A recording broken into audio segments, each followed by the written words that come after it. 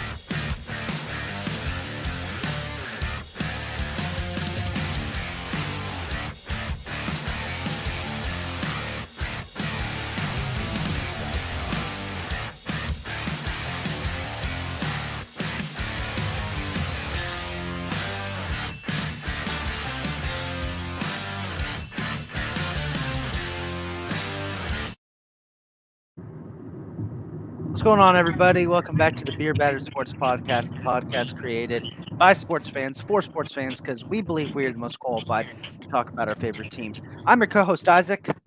And I'm 40. And Kylie is unfortunately not going to be joining us today. She had some family business to take care of, but no matter, we still have a great show for you guys. Welcome to episode 48. And you probably, if anybody was tuning in right when we went live, you probably saw the little mistake when I accidentally had us on the screen before the intro. That's how you know that I'm not used to being the one who runs the intro, but it's okay. Everything else I think we can handle. So today's episode, we got a lot to talk about, mostly with the NFL, but we're going to save that for last because, as we were talking about before, we kind of want to get all of the other sports out of the way first. Not that they're less important, but the NFL this past week was just so crazy that we have to spend most of our time talking about it. So let's start by talking about baseball, where the big story has been the continued free agency. For my fellow Yankees fans, say rest in peace to Matt Carpenter not being on the Yankees anymore. He is off to the Padres. So congratulations, San Diego. Take good care of him. He's old and probably past his prime, but man, when he's good, that mustache is going to make you guys feel so happy. I'm going to miss him. He was one of the best parts about last season outside of Aaron Judge. Yeah, Calvin, your team is got a big boost in free agency. Carlos Correa is now a Met. We've been making moves since that free agency has opened up, and I love it. I mean, Verlander, yeah, he's coming to the end of his career. He's an older guy, declining, but you know, at the end of the day, we can still get a great Justin Verlander 1-hit to 2-hit kind of game, you know. So that was a great pickup starting there, and then this latest one, the Carlos Correa one, is just absolutely a great spark to our team here. Definitely adds a lot to our staff here to better us. So I was really confused when I saw this morning. I thought this was a joke because I saw 13-year, $350 million contract with the Giants, and I thought, oh, this is just a joke people are playing. Him going to the Mets. Oh, what are they joking about now? The Giants are the Mets of the East or something, which is kind of true. But no, he's actually going to the Mets now. Apparently, something happened during the physical that the Giants had him take that they were like, oh, we don't really like you anymore. And the Mets just swooped in and were like, oh, ho, a player who has possible injuries. We'll take him. Yeah. I'm not really too worried about the injury aspect. Just due to we do have 12 years with the guy.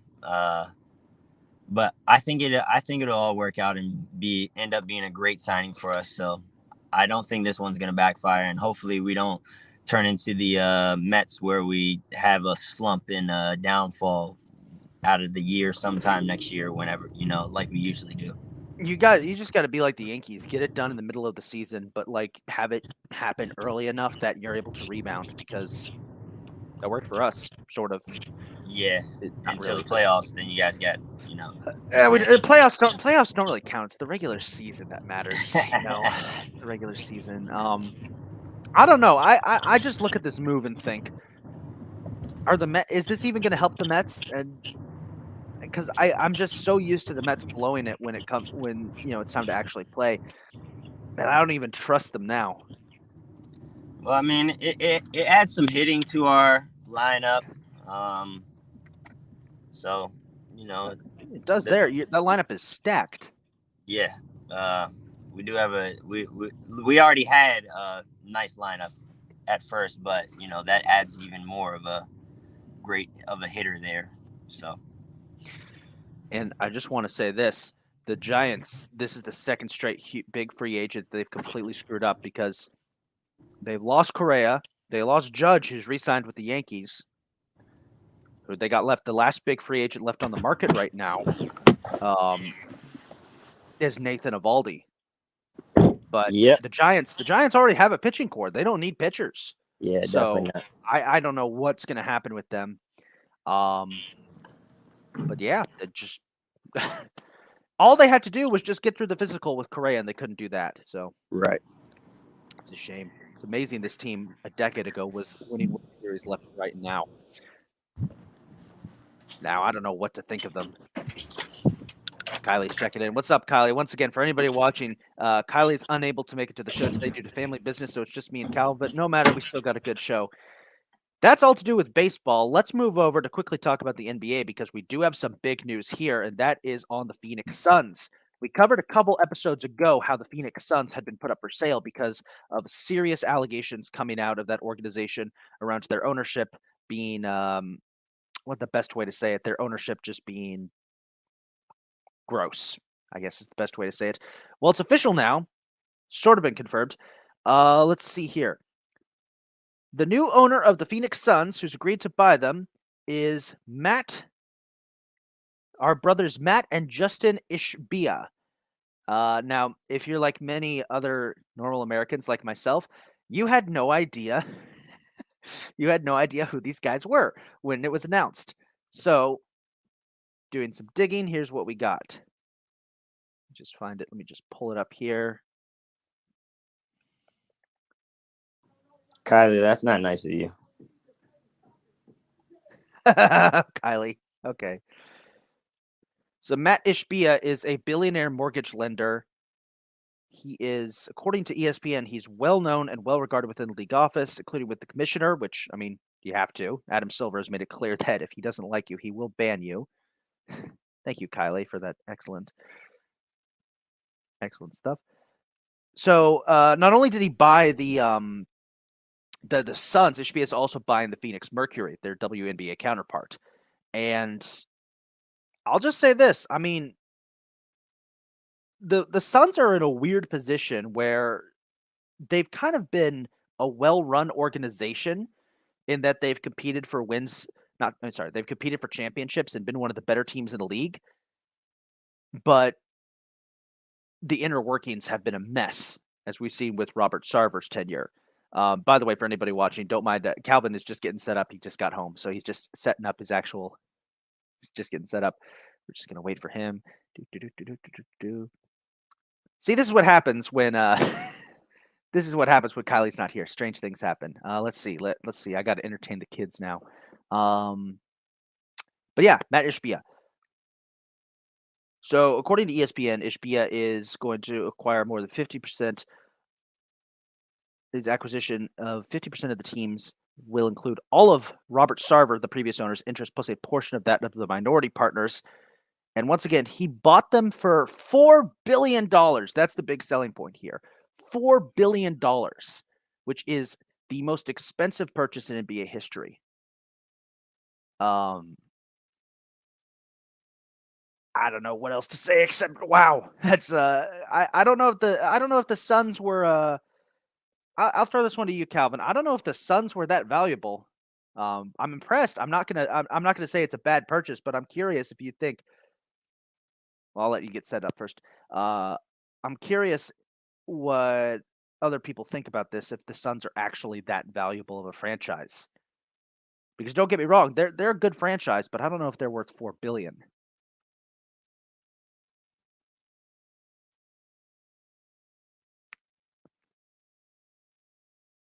We're just waiting for Calvin to get back for a second.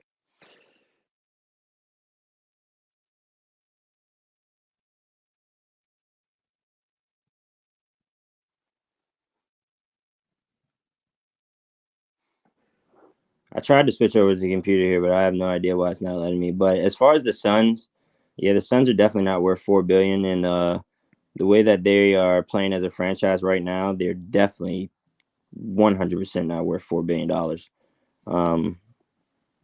So I hope it works out for the guy, but I think it may come back to bite him in the butt because honestly, I was thinking the other day, I don't know how many years left the Devin Booker has with the Suns. Probably only a few. I was saying to somebody, I think he may get traded. Not this year. Can you still hear me? I can still hear you. Yep. Okay, I'm just trying to text Kylie to get the code from her. But yeah, so maybe not this year, but definitely in the maybe next year or the year after that, either he's going to be traded or he's going to leave the Suns just because they haven't done anything in all the years that he has been there. So I think the purchase of the Suns may bite this owner in the butt down the road because I don't think this team will even last. All right. I mean, Ishbia, he's not. So I forgot to mention this. Ishbia, he isn't like unfamiliar with basketball. He was a part of the Michigan State Spartans 2000 national championship team. So he's played for Coach Tom Izzo. You know, he's got that experience. It's just and want us to remember he's not just owning the Suns, he's also owning the Mercury too. Right. You know, by the way, just want to say it's not an episode of Beer Better Sports unless we have some technical difficulties. So Oh yeah, always. yeah, Kylie is asking me. It's like, what's going on? Did you guys mess up on the intro or something? It's like, yeah, we started without the intro for about 5 seconds. Kylie, if you're watching, for about 5 seconds, we started the stream without the intro before I realized, didn't put the intro on. It happens. But yeah, the other big news looking at the NBA right now is Damian Lillard has become the Trailblazers' all-time leading scorer. And I actually am curious about your opinion on this, Calvin, because Dame said, and don't perfectly quote me on this because I don't think I'm quoting him right, but I need to be careful here. He said something along the lines of, yeah, like Steph Curry is like the greatest right now who's currently active, but I think I'm second. And I'm like, Dame, I love you, but and again, don't quote me on that because I don't know if that's the exact quote, but it was something like that. He's Dame is. It's like Dame, you're definitely top 10, but like, I think I think you do have the quote right or halfway right. I think he said the second best guard. second I best believe. guard. Yeah, that So sounds more like it was. I'll be completely honest with you, he's telling the truth there. I've been saying for a long time I don't think Dame gets the respect he deserves, and that's because he is on the Blazers. But if you look at Damian Lillard, I mean, the guy averages 27 points every single season, and he's consistent every single season. I don't really think we've had a season since Dame Lillard's been in the league where he sat out more than 30 games in a season due to injury or something like that. Because the guy's very, very consistent. So when you have consistency and longevity, and you do it for such a long time, and now you are the second. I mean, you're the leading scorer in Trailblazers history. You have every right to say you're the second best point guard behind Steph Curry. I have always. So the problem, my issue is this. So I think Dame Lillard is easily one of the best players in the history of the NBA. And again, like you hit the nail on the head there. The problem has been his loyalty to Portland has had him stuck on a team that just hasn't been able to get him, where he wants to be. Exactly. I would love to watch him win a title, but I don't think it's going to happen if he stays with Portland. And I think he can like solidify his case of being one of the best. It's kind of like a Dirk Nowitzki situation. Nowitzki stayed with Dallas almost basically his entire career, and his loyalty to that franchise, it kind of is one of the reasons why he only One kind of, not to the same extent of Dame, but it is kind of one of the reasons why he only won a single ring. With that being said, Dirk's Mavericks were still way more competitive than Dame's Blazers have been, in that they went to multiple finals and they were one of the best teams in the league each and every season. Right. So, but I think it's still a sort of a semi comparison, because loyalty to one team is good. Shout out to Kobe, he was loyal to the Lakers. But at the same time, it can also be damaging to your career if that team ends up not being that good. If you're the only superstar on that team. Right. I mean, just think of, before he started jumping around the league, just think of Boogie Cousins with Sacramento.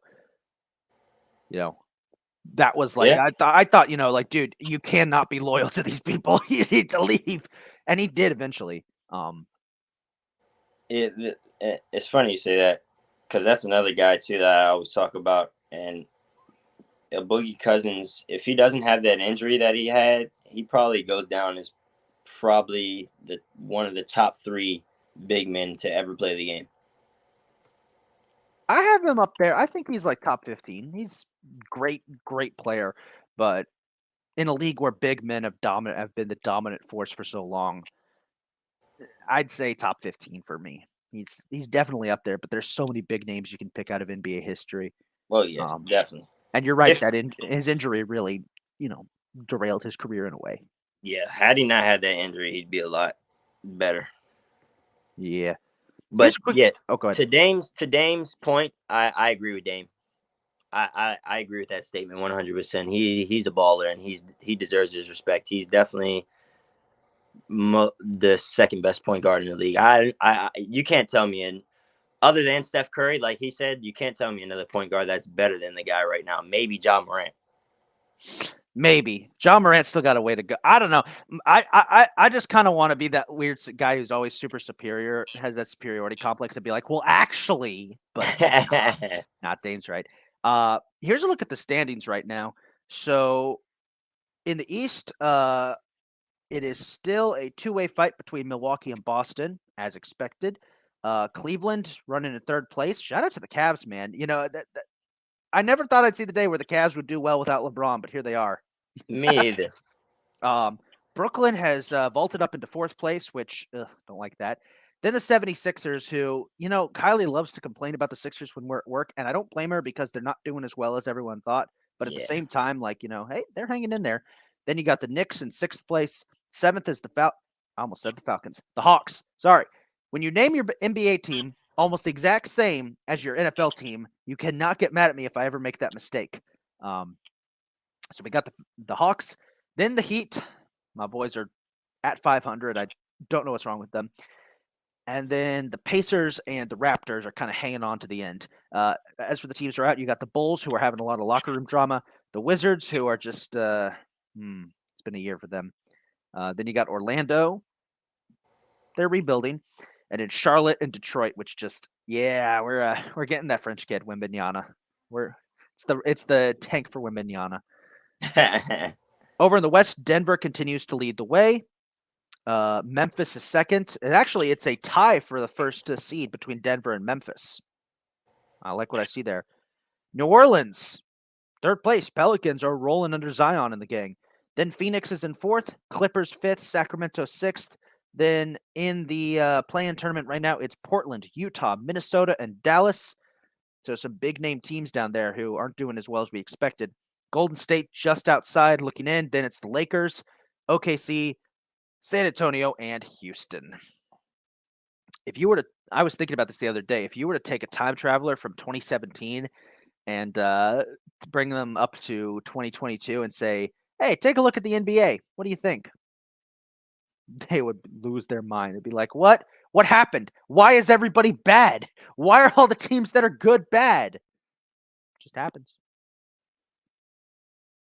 Just happens. So, quick jump over to hockey real quick before we go into the NFL, because again, NFL is probably going to be what we're focusing on the most this week because it's crazy. Hockey is, well, it's interesting what's going on right now. It's kind of stabilizing, but we have some shift some shifters leading the divisions. Boston is still dominating the Atlantic Division. Toronto sitting in second place, Tampa Bay up in third, then Buffalo hanging on to the wild card spot. They've kind of snuck in there ahead of Florida and Detroit. Um, all those teams really fighting for it. Montreal not too far back from that, and then Ottawa is they're kind of starting to get it together, just a bit though, just a bit.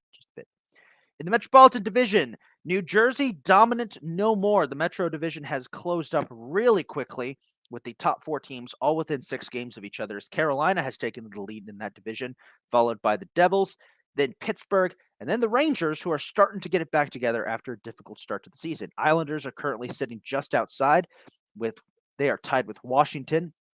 Then Philly and Columbus are sitting way back there, with Columbus having the worst record in the East so far, continuing to prove that they are the biggest disappointment this year after I said they would be the wild card team in the East, and I was very wrong. Over in the West, Dallas and Winnipeg continue to go to war for the Central Division. Dallas is up 1 point over Winnipeg for that. Minnesota sits in third place. Colorado just 2 games behind them, clinging to a 3-point lead for the wild card berth. Over St. Louis, who's kind of been all over the place this year. Then you've got Nashville sitting just 6 games out of the wild card spot. And in the basement is a fight between Arizona and Chicago. And the less we say about the Blackhawks, the better, because they have completely fallen off a cliff this past week and have become the worst team in hockey at 7-19-4. The Pacific is currently being held by Vegas, who has a 4-point lead over Los Angeles for the lead in the division. Seattle still holding on to a playoff spot, so for now. Then it's Edmonton in the wild card round, but they're actually tied with Calgary, their arch rivals.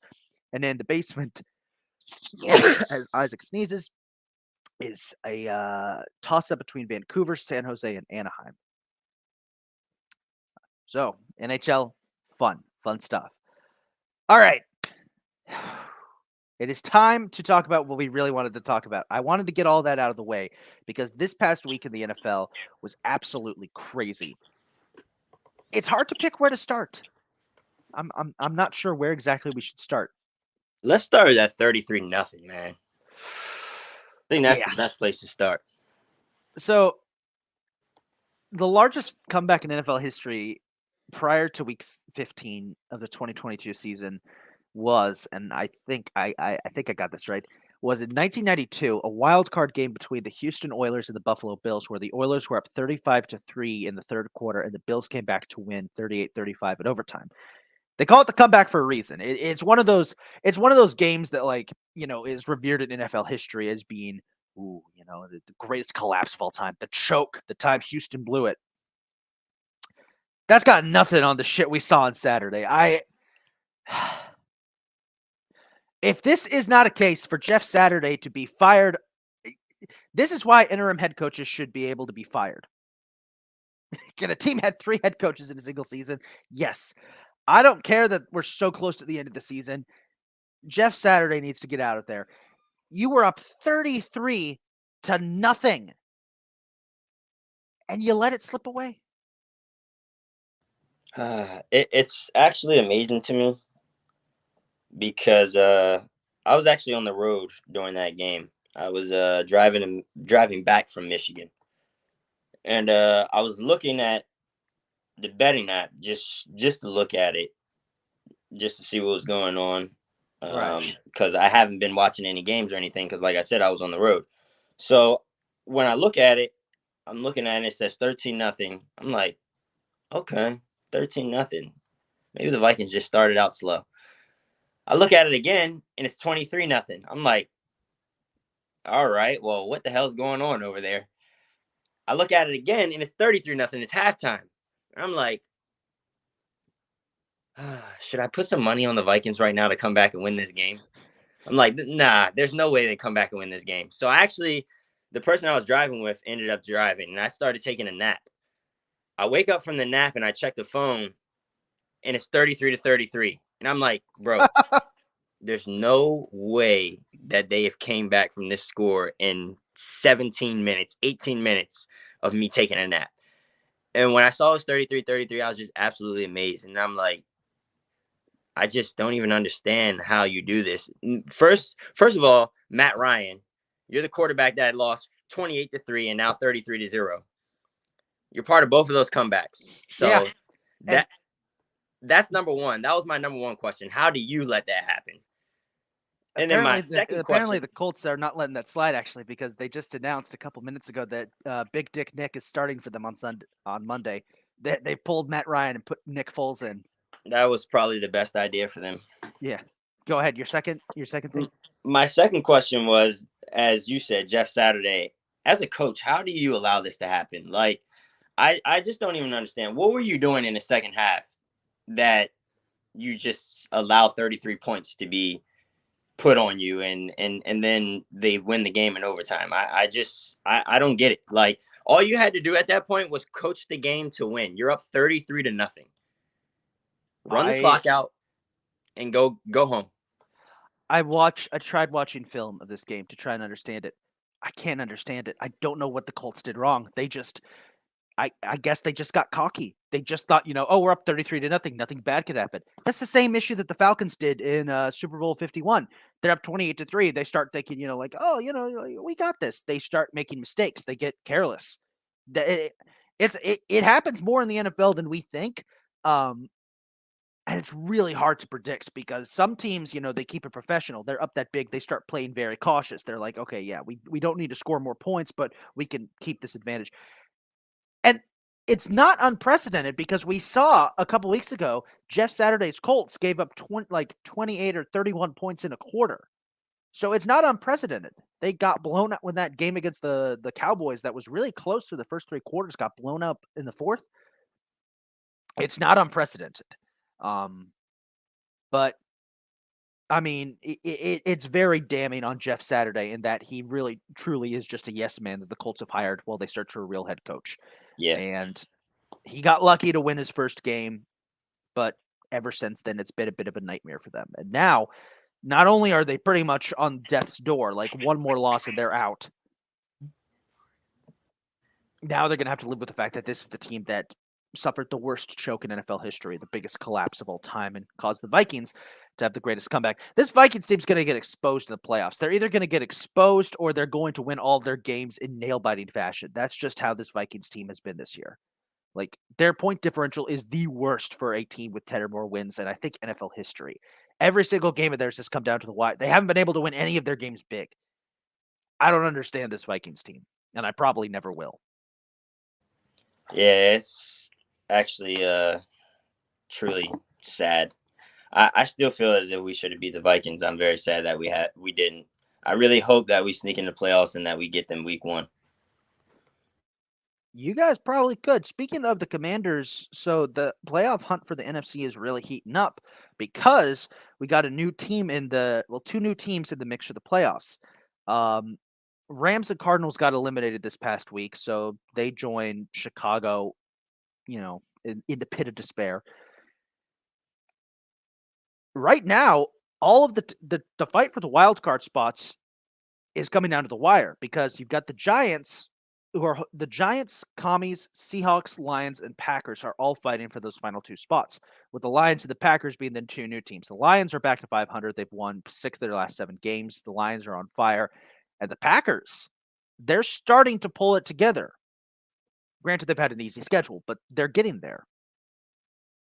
And then all the NFC South teams are eligible because my team is absolute garbage. I hate Tampa Bay so much. So much. Just I can't stand the Bucks. I don't know what our problem is, but I know what we need to do in the offseason. Fire Todd Bowles because he's not a good head coach. Fire offensive coordinator. Sorry, Byron, but you're just not cutting it. Tell Tom Brady to take a hike. He's old and he's making way more mistakes this year. I think we turned the ball over on 4 consecutive drives against the Bengals. Speaking of collapses, we're up 17-0. We give up 34 unanswered points. Yeah, no. We need to reinvent our offense, focus more on the run because we have a good running back. Leonard Fournette's a good running back. We just need to feed him the ball more. That's how we were winning earlier in the season. We're not doing that anymore. Give Leonard Fournette the ball more. Go with a younger quarterback. Kyle Trask is languishing as our backup. Not even our backup. Our backup to our backup. Blaine Gabbert's our backup. God forbid Tom Brady goes down, then we're really screwed. But all I'm expecting is for this team to win this this garbage pit of a division, make it to the playoffs, and then get unceremoniously swept out of the playoffs by Dallas in the first round. Let it happen and end this gross season. It's actually very sad what the Bucks have been doing this year because I just turned into a Brady fan like 2 weeks ago. So I'm sad that he's not performing It's your the way mistake. he should. This mistake. You should never. Every time I find myself enjoying Tom Brady on the Bucks, we start doing badly. Just it's what happens. But yeah, your Commanders. What Gotta talk about about us? the Commanders. They had a big game on Sunday night against the Giants. Didn't go their way. Had a lot of controversy with that one, I think, that we need to discuss. So I kind of fell asleep during this game because I have a bad habit of falling asleep during the Sunday night games because they just last so long. So I'm curious what your opinion is on that loss to the Giants. I'm not one to make excuses, So I will say we had 2 weeks to prepare. We should have came out a lot sharper in that game.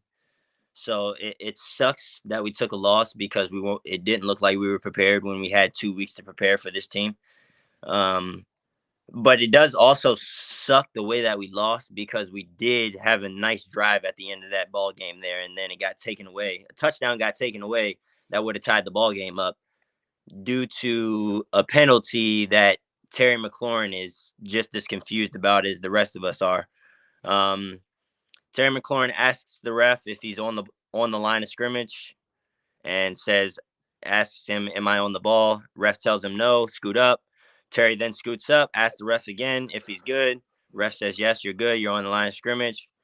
Play starts. As soon as the play starts, flags thrown on Terry for illegal formation because he wasn't lined up on the line of scrimmage. The same ref that just told him he was lined up throws the flag. So that sucked. And then the play after, Curtis Samuel, I mean, everyone could see it bright as day. It's clearly a pass interference. There was even defensive guys and old defensive guys that used to play in the NFL and stuff, and they were even saying, "Me as a defender, I know that this is pass interference." So for us to get that ugly call on Terry and then not get the call right after, that would have put us right back on the 1 yard line to have a ball game still. It does suck the way that we lost at the end, but like I said, we shouldn't have even been in that ball game to begin with for that to happen because we should have blew these guys out of the water knowing that we had 2 weeks to prepare for these guys. Yeah. So, yeah, we lost, and now we have a lot of uphill climbing to do if we want to get into those playoffs. We are still the 7th seed right now, but it's gonna take a lot of stuff for us to sneak in there and stay as that 7th seed. And it's a tough schedule coming up because you got San Francisco this week, which they just clinched the West. They're playing great football. I mean, Yep. What they're calling him Big Cock Brock now. So he's playing ridiculous. Then you got Cleveland who. Well, Cleveland's confusing. We'll talk about Cleveland in a second. And then you finish the year off against Dallas. I'm just looking at the schedule. I'm thinking all you need to do is win 2 of those games. But then you have the problem of, well, the Lions are going crazy right now. The Giants have that tiebreaker over you guys. And even the Seahawks are still in it, even if they've kind of looked pedestrian the last couple of weeks. Yeah. The NFC wildcard hunt is really heated up. It's a lot better than the AFC wildcard. Actually, no, the AFC wildcard hunt is pretty cool too because looking at the AFC right now, because of injuries, Baltimore, the Chargers, and the Dolphins are all like in danger. They hold on the wild card spots now, but then you got the Patriots, Jets, Jacksonville. They've come alive. Raiders, Browns, even the Steelers are all still like in the hunt. Indy also is technically, but they don't count anymore. They're not a real football team. Yeah. And only 2 teams have clinched playoff berths so far. Kansas City clinched the West. Buffalo clinched playoff berth. They're not in yet. They did get a big advantage over the Dolphins, but because they've been so iffy against their division, it's still up for grabs. So I don't know what's going to happen. Speaking of the AFC East real quick, can we just talk about the Patriots and whatever the hell they pulled off?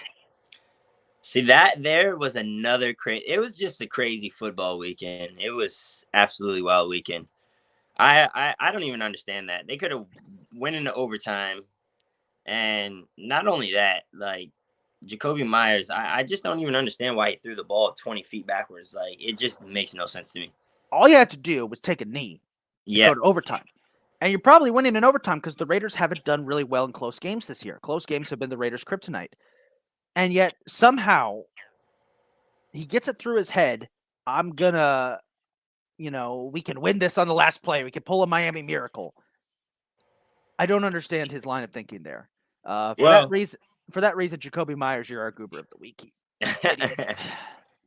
even before Jacoby Myers, Ramondre Stevenson should have never gave the ball to Jacoby Myers. He should have just went down. Like I'm pretty sure when he gave the ball back, there was like 2 seconds left on the clock, and I'm pretty sure they had one timeout. So he could have went down right there. They used the last timeout and they kicked the field goal and may have won the game in regulation. So it's just there's a lot of confusing things on that last play that happened to me.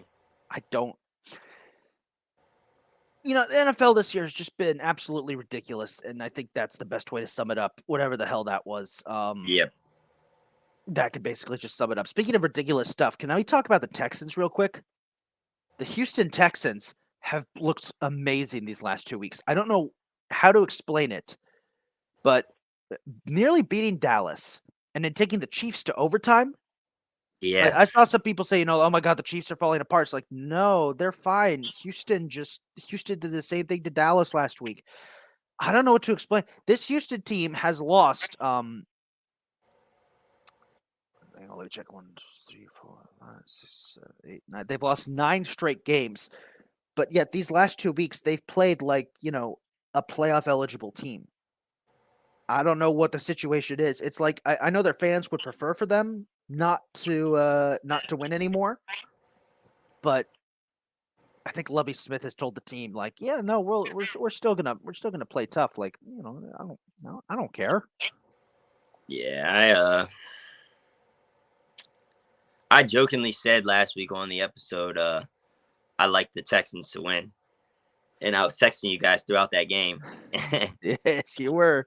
And I was like, man, I knew I should just stay with my original pick with the Texans. These guys look good.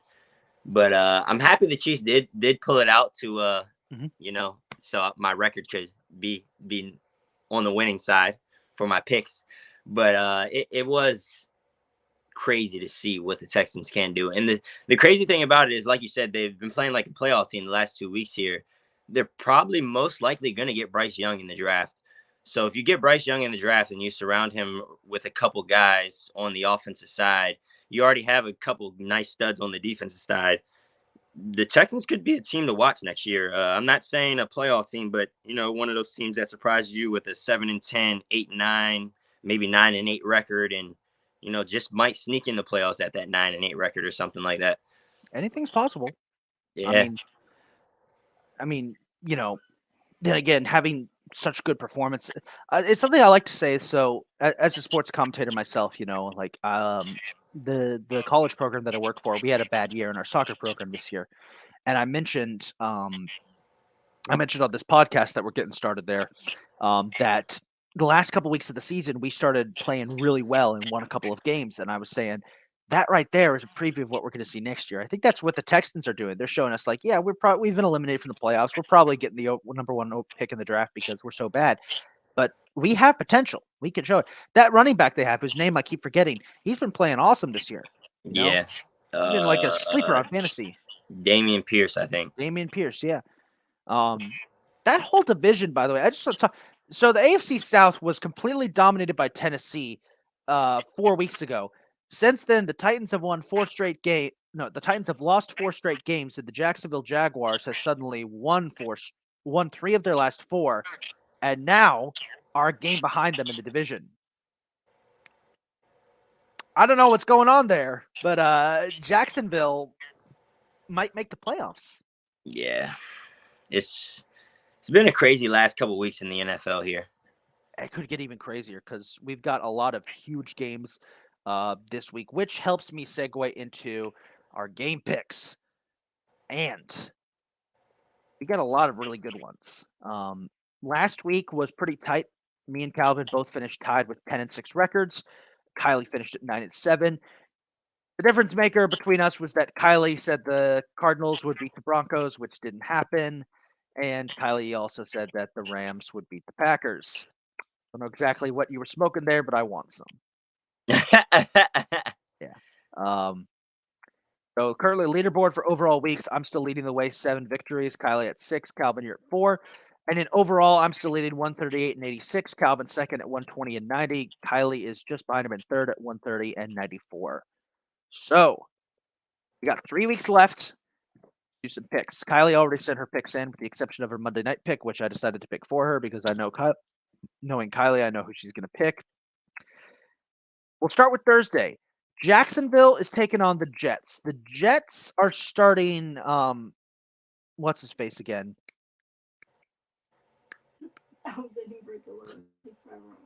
The BYU kid. Why am I forgetting his name? Who's their quarterback? Zach Wilson. Zach Wilson. Right. I can't believe I forgot that.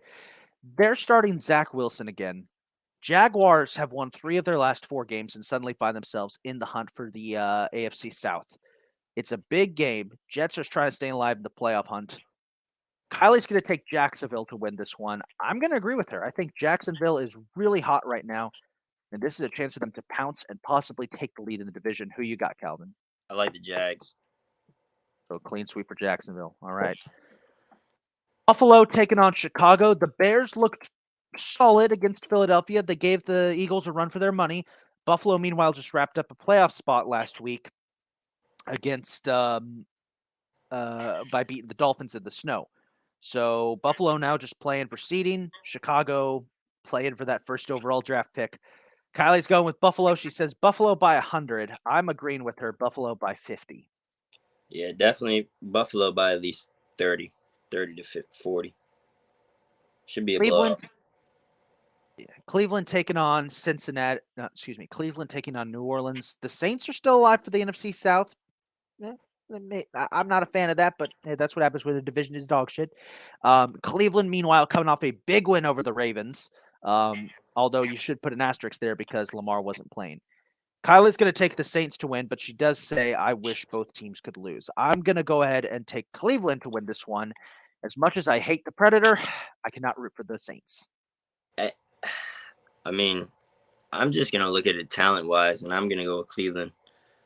The Saints are good. I like them, but I think Deshaun Watson is starting to get into a little bit of a groove.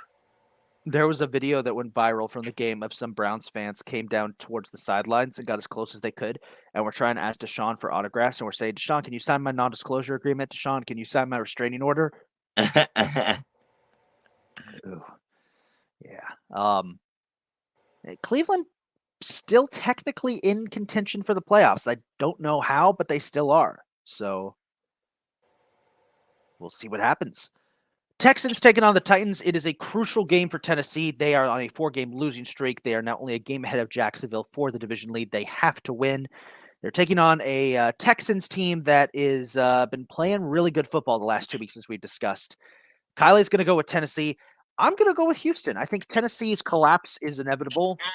It's all leading up to a Jacksonville-Tennessee showdown in the regular season finale to determine who goes to the playoffs. So I think, I think Houston's going to make this interesting. They've been playing way too good these last 2 weeks. So I'll take Texans to upset the Titans. I'm going to go with Tennessee here. The only reason I'm going with Tennessee is because Derrick Henry owns the Texans. I'm pretty sure in his last 4 games, he's averaged over 200 yards in all 4 of those games against the Texans. So with that being said, and those guys not knowing how to stop Derrick Henry, I'm going with the Titans. All right.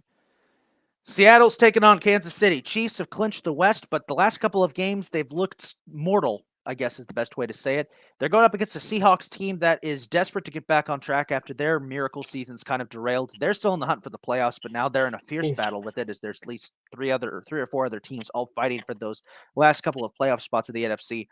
Kylie's going to go for the upset. She's picking Seattle to win. I'm rocking with my boy Patty Mahomes, though.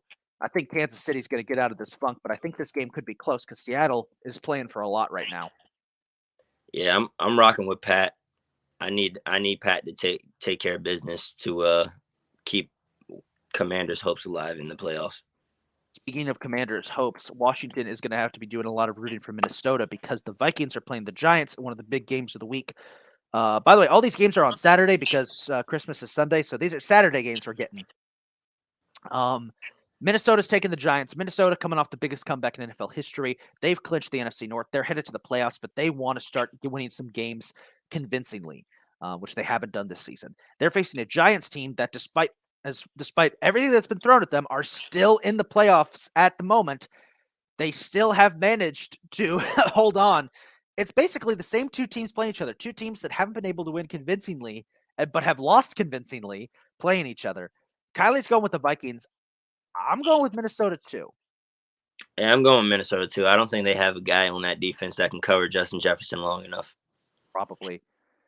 Bengals are taking on the Patriots. Patriots coming off one of the most embarrassing ways to ever lose a football game. They are desperate to keep their playoff hopes alive. They're taking on a Cincinnati team that's taking the lead in the AFC North and could wrap up a playoff berth if they win this week. I think I have to double check that, but I think they can wrap up at least clinch a playoff appearance.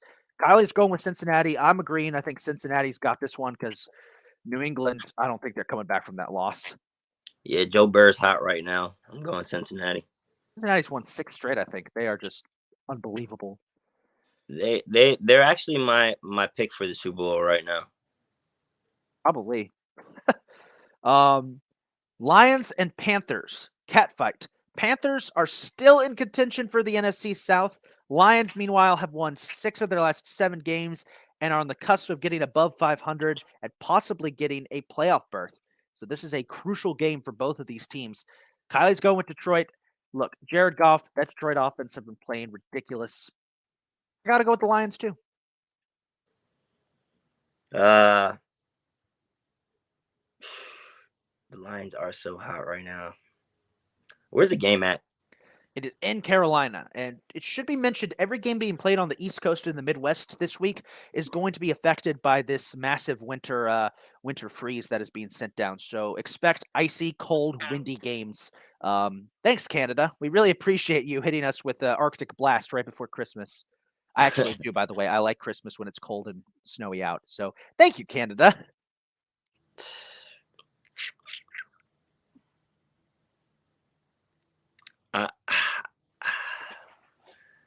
Don't do it, Calvin. Don't do it. I know what you're thinking. Don't do it. It's not worth it. Yeah, those guys just lost to the Steelers. I'm going with the Lions. Thank you. Thank you. More on the Steelers in a minute. We do have some more somber news about the Steelers we'll get to in a sec. Falcons taking on the Ravens. Lamar Jackson is expected to be back for the Ravens.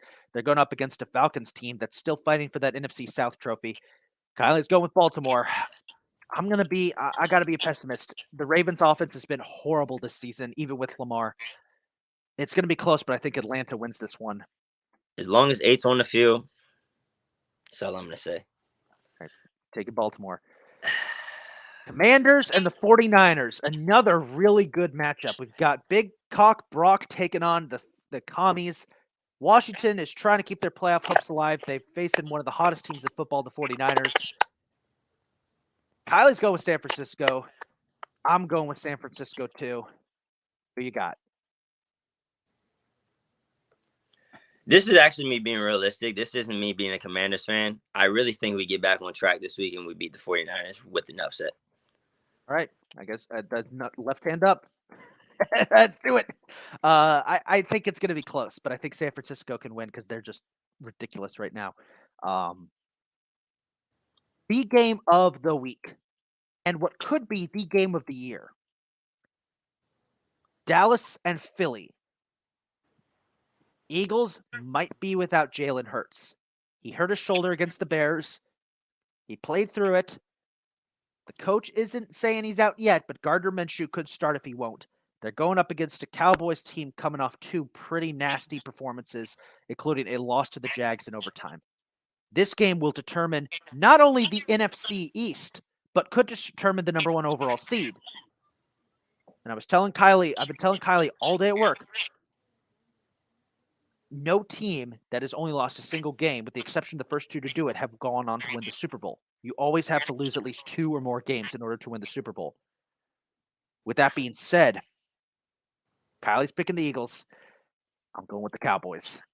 I'm going with Dallas too. Even if Jalen Hurts was playing, I think I'd still go with Dallas. I think yeah. Go ahead. No, go ahead. You go ahead. I just think that this is one of those NFL games. It's expected to be probably one of the best games of the year. And it's the game of the week, in my opinion, because the Christmas games are garbage. We'll get into those in a second. On a more somber note, this next game we got to talk about, the Christmas Eve holiday special game that they're hyping up. To celebrate, I think, 50 years of the Immaculate Reception, the NFL has decided to have the Raiders and the Steelers play on primetime Saturday night. Normally, I was going to talk all about how, awesome it is, 50 years of one of the greatest plays in NFL history. But unfortunately, we have to go to a more somber tone because just this morning it was announced that the person responsible for that legendary play, Franco Harris, passed away. Harris played for the Steelers from, let me get this right. Harris. I just want to make sure I get this correct. So, Franco Harris played for the Steelers from 1972 to 1983, a 4-time Super Bowl champion, Super Bowl MVP of Super Bowl 9, which I watched that game, but I've watched that game, and he was just the only player on both teams that actually was playing football that day. That was an ugly game, and he was the one bright spot. He was NFL Offensive Rookie of the Year in 1972, NFL Man of the Year in 1976, first team All-Pro in 1977, second team All-Pro twice in 72 and 75, and a 9-time Pro Bowler. Led the NFL in rushing touchdowns in 1976, was named to the All-70s All-Decade team. He's on the Pittsburgh Steelers all-time team, the Pittsburgh Steelers Hall of Honor. His number has been retired. He's in the Pittsburgh Pro Football Hall of Fame, and he is in the official NFL Pro Football Hall of Fame. Harris was arguably one of the best rushers in NFL history and started a long and very successful line of Pittsburgh running backs who have just been joys to watch. So I think I could speak for everybody when he will be missed. And, thoughts and prayers go out to his family and the Steelers organization. It always sucks when a legend dies. And, Franco is probably one of the most iconic players in NFL history. All I got to do is just mention the Immaculate Reception, and people immediately know that was Franco's play. Yep. With that being said, Pittsburgh is going to run a train on the Raiders in his honor on Saturday night. I want to see the ball run. I want to see them run the ball more than they pass. I want to see the Steelers pay tribute to Franco by just bulldozing the Raiders with good old-fashioned 70s style football. That's the ultimate tribute to one of the ultimate badasses of the 70s. Kylie thinks the Raiders will win, but she isn't on the podcast today, so she's not relevant. You hear that, Kylie? Yeah, I like the Steelers too. It's amazing to think that despite having the season they've had, the Steelers probably are going to finish over 500 because Mike Tomlin does not have losing seasons. Yep. 4 more games to go. We start with our Christmas Day games, which the NFL needs to leave Christmas Day alone. They need to leave that to the NBA because these games that they picked for Christmas are terrible, just horrible games. To be fair, heading into the season, we all thought these games would be fun, but whatever. Packers-Dolphins, actually kind of interesting because the Packers are back in the playoff hunt because they've actually gotten a couple of clutch wins. Dolphins, meanwhile, have been struggling the past couple of weeks. I think they've lost 3 in a row. They have. Yeah. So this game is suddenly really big in terms of playoff seeding. It's the only game I'm probably going to be watching, including my own team. Kylie's taking the Dolphins. I'm going to take the Packers. I was going to say, call me crazy, but I'm going with Green Bay. Green Bay is heating up at just the right time, and the Dolphins are starting to fall apart. And this is kind of similar to what happened, I think, last year and the year before that, in which Tua's Dolphins, they started getting hot. They were hot, but then they started falling apart at the worst time, and they missed the playoffs. So Packers, I think, are going to win this one. Yeah. All right, we can skip this game if you guys want. Broncos, Rams, 2 teams who have been eliminated from the playoffs. Kylie's taking the Rams. Yeah, Rams. Yeah, I'll go. Jesus Christ! I have to put my money on Baker Mayfield. Yeah. Woo. I at the beginning of the year, this game looked great on paper. Russell Wilson's Broncos taking on the defending Super Bowl champions in a game that could decide, the playoff picture. No, this game is now deciding who gets a higher draft pick. I'll go with the Rams. Yeah, that game is going to have terrible ratings, just pointed out there. Sunday Night Football, Bucks Cardinals. Tampa Bay desperately trying to cling to their lead in the South. Cardinals, well, they're eliminated. They got nothing to play for. I like the Bucks. Yeah, as much as I hate to admit it, I'll take my team to win. So does Kylie. Says the same. Final game of the week, Monday Night Football, Chargers, Colts. Colts coming off that horrible collapse. Chargers looking really good recently. They are in prime position to take a playoff berth. Kylie didn't give us a team, so we're going to give her the Colts as punishment. There you go, Kylie. I'm taking the Chargers to win this one easy. Yeah, I'll go Chargers too. Right. That'll wrap up our game picks. And with that, a shorter episode of the Beer Battered Sports Podcast is going to come to close. Thank you guys for tuning in as always. And thank you for bearing with us through our technical difficulties. We always want to give you guys a show no matter what. This show, as always, is brought to you by the Fired Up Sports Podcast Network. You can follow us and all the other great podcasts over on Facebook, YouTube, Twitter, Instagram, and Twitch. You can follow us at all those links at BB Sports Pod. Interact with us live on Facebook or YouTube. We always love getting live comments on Facebook or YouTube. It's great. We love interacting with you guys. I'm disappointed that none of you interacted this episode, but it's okay. Sometimes that doesn't happen. If you want to cop some of our excellent merch, you can head over to the link in our Twitter bio for the merch.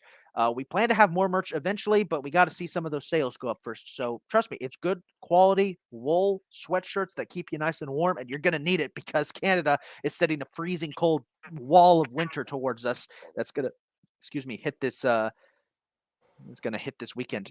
With that being said, thank you guys so much for tuning into today's episode, and we will see you next week. Peace.